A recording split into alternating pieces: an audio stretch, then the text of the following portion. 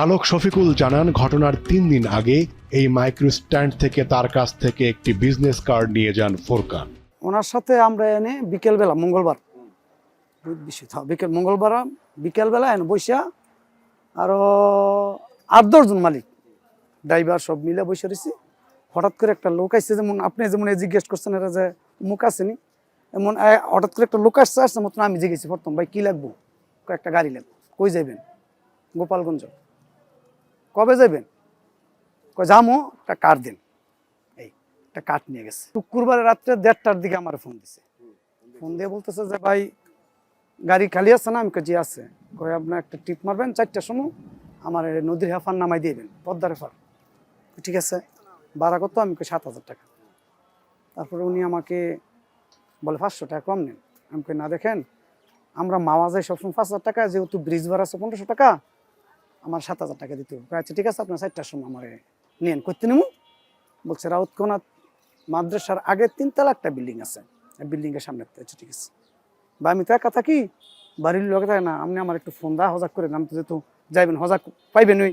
আচ্ছা ঠিক আছে। পরে উনি আমাকে নেমে ৩:৩০টার দিকে ফোন দিছে। আবার ৪টা ১ বা ৪টার আগে ১ মিনিট আগে ফোন দিছে, ভাই কত দূর? তখন আমি দুসমুস করে উঠছি উঠটা। তারপর আমি হাত মুখ দিলাম, দুইয়া টুইয়া আপনার মকা দুইয়া কাপড় পিন্দা স্ট্যান্ড আইসা গাড়ি লইয়া ফোন দিতে দিতে ৪টা বাজে, মানে ৪টা নেবি ১০ বা ১৪ এর ভিতরে কি ফোন দিছে। আবার কই? আমি কই আমার ২ মিনিট লাগবে। তারপর উনি আমার গাড়ি তুলছে, আমি যেন ঠিকানা দিচ্ছি গেছি। যাওয়ার পিসের তাইসা গাড়ি তুলছে আমার পিসের বামের সিটে বইছে মতন। খালি একটা কথা কইছে আমার, যে আমার মা অসুস্থ, যত তাড়াতাড়ি পারেন যান। পরে আমি গেছি মগবাজার গেছিল কি আপনার যে সিএনজি নিমু, সিএনজি আপনার যে ৭ রাস্তা সিএনজি নিচ্ছি, এনে আপনার পেশার নাই। পরে আবার আমি নিজ দেওয়া আমার মগবাজার ইউটার্ন করে রেলানির উপর রাস্তার পশ্চিম পাশে একটা সিএনজি পাম্প আছে। আমি বলছিলাম আমি তো সিএনজি নিয়ে নিই, যে তুমি পদ্মা যাবো। পরে আনি গেছি নতুন জ্যাম, ৪-৫টা ৬-৭টা গাড়ি। পরে উনি হঠাৎ করে কি মোবাইলে ফোন আসছে কিনা আমি কইতেন না, কয় আমি মগবাজার, তোরা কই? কয় আমরা মগবাজারই। কোন হাসপাতাল? ঠিক আছে আমি নামতেছি। আর খালি আমার এনে সিটের মধ্যে একটা আছে, এনে ভাড়ার টাকা থুয়ে গেছে ৭,০০০ টাকা ব্যক্তি। তারপরে আমি যখন সাইড করছি, আমি আছে তোমার গ্যাসটা দরকার নাই, তাহলে তো আমি আইব তুমি সাইড করছি, সাইড করে ৭,০০০ টাকা ভাড়া দিচ্ছি। দেওয়ার পরে আমি আবার ওনারে ফোন দিছি, বারবার ফোন দিছি, ফোন খালি বন্ধ বন্ধ বন্ধ। উনি তো রুগীর কথা কইছে, যে আমি রুগী জিজ্ঞাসা যে আমি মগবাজার, তোরা কই? মগবাজার। ঠিক আছে, কোন হাসপাতাল? আমি এনে কইছি লাইনে, মানে ৪-৫টা গাড়ি সামনে দেখে খালি দেখে সাইড করছি তো আমি লাইনে। পরে নাম্বার তারা ওরা তো আমি তো এরকম বুঝছি না, সে আমার ভাড়া দিছে, তারপর নামে গেছে। আবার মোবাইলে দেখলাম কথা কইলো, আলা কি মোবাইল কি বাজছে কি নামতা যেই তোর আমি জানি না। আমি কিন্তু ওই যে তারা যে উঠাইছি, আমি জানতে স্টারিংও বইছি, আমি আর নামি নেই। এক কথা আবার কাপাইছি নামছি, খালি গ্যাস লইছি দুবার। একবার যে ৭ রাস্তা গ্যাস লইলাম নামছি, আবার আপনার তালুকদারে গ্যাস লইছি। কোনো কথা কইছি না, আমার কিচ্ছু জানি না তার ব্যাপারে, আমার লাইফে আমি দেই না। হ্যাঁ তো নাম হইতে আমি পরে উনছি, যার নাম বল ফোরকান, আমি কিন্তু আসলে জানি এমনি আইছিল। আর তো লোক আসছিল, আর তো থাকলে কইতে পারতো। এমনি বাড়িছি ৪টা, আমি স্ট্যান্ড তো ৪টার ২-১ মিনিট পর, ৪টা ১০ বা ১৫ এর ভিতরে আমার প্রথম ফোন দিছে ১:৩০টায়। পরে ফোন দিছে ৩টা ৩:৩০ বা ৩:২৫-এর দিকে আমার হজাক করানোর লেগে। পরে আবার ফোন দিচ্ছে ৪টায়, পরে আবার ৪:১০ আমার ৪বার ফোন দিচ্ছে টোটাল। আমরা জানলে কি আমরা ইয়ে হইতাম নাকি? আমরা বাবার তো কথা না, যে বাসায় খুন হয়েছে আসছে তো আপনার 3 বাসা সামনে তুলছে, সামনের থেকে উঠছে, বলছে যে ওনার রুগী আছে, হাসপাতাল যেতেছে নাকি। উনি আমাকে তো উঠে বলছে যে ওর মা অসুস্থ, তাড়াতাড়ি যত তাড়াতাড়ি যাইতাম। কিন্তু পরে উনি বলছে যে ফোন আনতে না কি করতে নেই, একটা ফোন আসছে, উনি ফোনে কথা কইলো গাড়িতে বসে। আমি ঠিক আছে মগবাজার নামতেছে, আর হ্যাঁ কি কইছে আমি জানি না, কিন্তু উনি বলছে আমি মগবাজার মোড়ে গ্যাস পাম্পের এনে, তোরা কোন হাসপাতাল? আমি নামতেছি।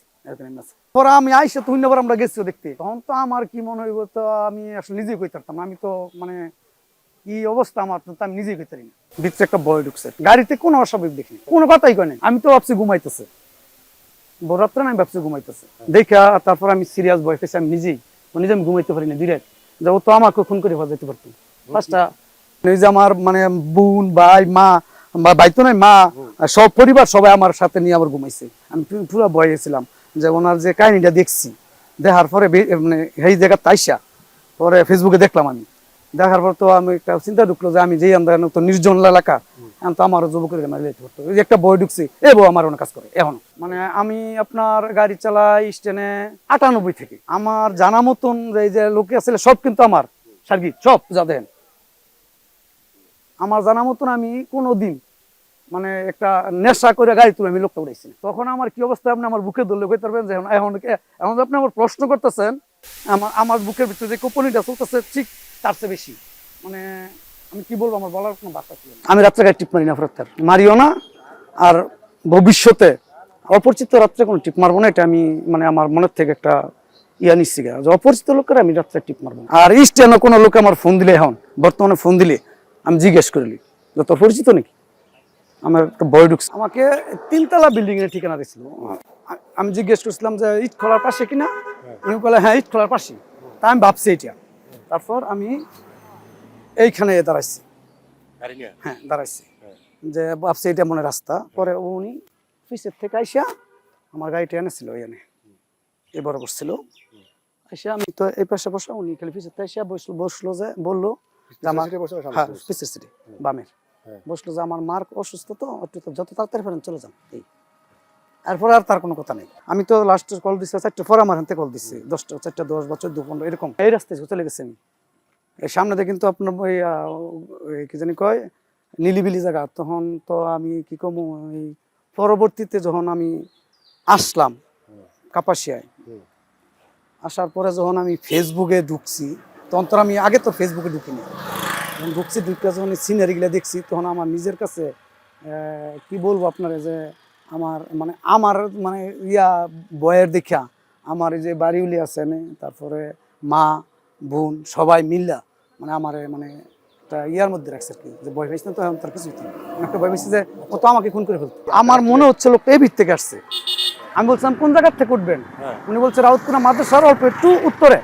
আমি বলছি যে 3তলা বিল্ডিংটা না, আমি বলছি মন্তা পুলিশ, সামনে টিল মন্তা পুলিশের বাড়ি, আমি তো মন্তা পুলিশ চিনি না, 3তলা বিল্ডিংটা, তা আমি তো জানি 3তলা বিল্ডিং এটাই।